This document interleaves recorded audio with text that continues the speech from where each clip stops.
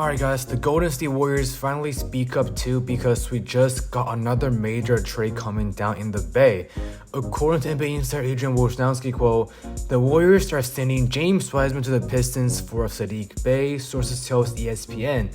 Now, I was pretty happy about this trade here as a Warriors fan because Bey, unlike James Wiseman, will be able to contribute on a high level right away. However, here is the twist. Just a few minutes later, Woj made another report, quote, Bey is on the way to Atlanta in a multi-team trade. The Hawks are sending 5 second-round picks to the Warriors to acquire Bey. The Pistons are sending forward Kevin Knox to the Warriors as part of the multi-team deal that brings them James Wiseman, sources tell ESPN. Knox may be moved onto a new team, but now we just got one more new piece of information here, quote, the Warriors are routing Kevin Knox to the Blazers via a multi-team deal with the Pistons, and check this out. The best part of all of this, quote, the Blazers are trading Gary Payton II to the Warriors for 5 second-round picks, sources tell ESPN. Now, we don't know if Kevin Knox is with the Blazers or the Warriors for now, but I'll make sure to keep updating you guys on that. In today's video, we will break down every single aspect of this 4-team trade and give you guys a perspective for all these 4 parties involved. So with that being said, let's roll the intro. Hi. I'm on my match in the dark. I'm on my match in the dark. I'm on my match in the dark. I'm on my match in the dark. I'm on my match. Yo, what's up guys, Jason's here back with another video. If it's the first time watching, I make NBA content every single day. If you want the latest news and rumors on your feed, make sure to hit the like and subscribe button because you do not want to miss any of my future videos. First thing first, let's take a look at this graphic here. The Warriors are sending James Wiseman to the Pistons. The Pistons is sending Bey to the Hawks and Knox to the Warriors. And the Hawks are sending 5 second-round picks to the Blazers. And the Blazers are sending GP2 to the Warriors. Now, we don't have the exact detail of these second-round picks yet, but I'll make sure to update you guys on my community tab once the full trade detail is out. Let's first talk about things from the Warriors' perspective. The Warriors are basically sending Wiseman in exchange for GP2 and Kevin Knox, meaning the James Wiseman experiment is officially over. While the team had high hope for him as a prospect, Wiseman didn't fully redeem his talent. In these past 3 years with Golden State, with last year being out the entire season due to an injury, Wiseman was only averaging about 10 points and 5 rebounds per game. Now, it's true that he has very limited playing time, but this isn't what the Warriors were expecting. With him now on the Detroit Pistons, Wiseman will definitely get more playing time because we have to agree here, Wiseman has talent. With the rebuilding Piston team and the young core of players, maybe James Wiseman can finally develop. As mentioned before, the Warriors were able to acquire 5 second-round picks in return. Now, if the Warriors did not send Bey to the Hawks, I would consider this trade a huge W. Bey this season was averaging 14.8 points, 4.7 rebounds, 1.6 assists, and 1 steal per game while shooting 34% behind the arc. His 6'7" frame at the age of 23 will be huge for the Warriors front court. However, the Warriors first flipped him for 5 second-round picks and sent him to the Hawks, which I was a bit confused about. Because from now until 2029, the Warriors have a total of 6 first-round picks and a whopping 10 second-round picks. Everybody knows that the Warriors are trying to win now, so I didn't get the point right there of acquiring 5 second-round picks.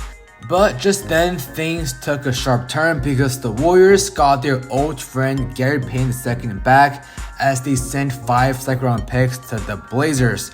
This year, GP2 is averaging 4.1 points, 2.6 rebounds, 1.5 assists, and 1.1 steals per game, while shooting 52.9% behind the arc, and that is exactly what the Warriors did in their backcourt right now, a bit of sharp shooting and a lot of good defense. Now, in terms of Kevin Knox, who may be moved to a different team, isn't really going to provide the Warriors that much value on the court. At the age of only 23, Kevin Knox didn't redeem his talent either.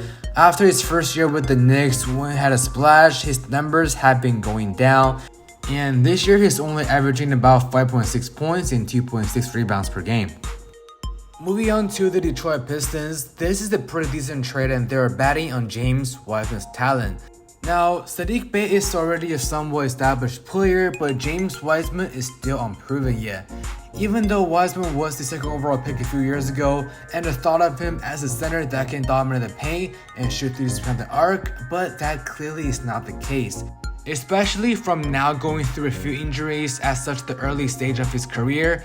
that might be a concern later on as he gets older. Nonetheless, I'm interested to see how the Wiseman-Cunningham game will look like. Another problem for the Pistons here is James Wiseman is making $9.6 million this year, comparing to Sadiq Bey's only $2.9 million. Also, James Wiseman has a cap hit over $10 million next season, so if this doesn't work out, this would be a huge loss for the Pistons. And now for the Atlanta Hawks, I think this is a pretty good move. Of course, 5 second round picks indeed sound like a lot, but the probability of getting good talent out of the second round is pretty low. Acquiring Sadiq Bey adds another layer of depth in the front court for sure, especially with the fact that he is only having a $2.9 million cap hit this year. It's a huge return on investment for the Hawks. It does make me question here if this is a potential sign that the Hawks want to move on from John Collins, who has a big contract right now and isn't playing on a decent level as expected. This year, Collins is only averaging 13.2 points and 7.4 rebounds per game. If we take a look at this report here from Jake Fisher, quote, "The Hawks had registered interest with Pistons on Sadiq Bey since the beginning of the league's trade season in December," sources said. There were conversations involving John Collins. Bey will be up for major extension money this summer. Atlanta is not done trying to deal. This once again solidified the interest in Atlanta to move on from John Collins. Now, the question here is, I don't quite get what's going on for the Blazers. They feel one of the best backcourt defenders for 5 second round picks. The Blazers still play GP2 17 minutes per game, and it's not like the Blazers have too much help in the backcourt, but I assume the team simply want to move on with a duo of Damian Lillard and Anthony Simmons, and doing this trade also saves them a few $1 million in cap hit. With the Blazers' current record as the 10th seed in the West, I don't exactly get the direction the team is going with.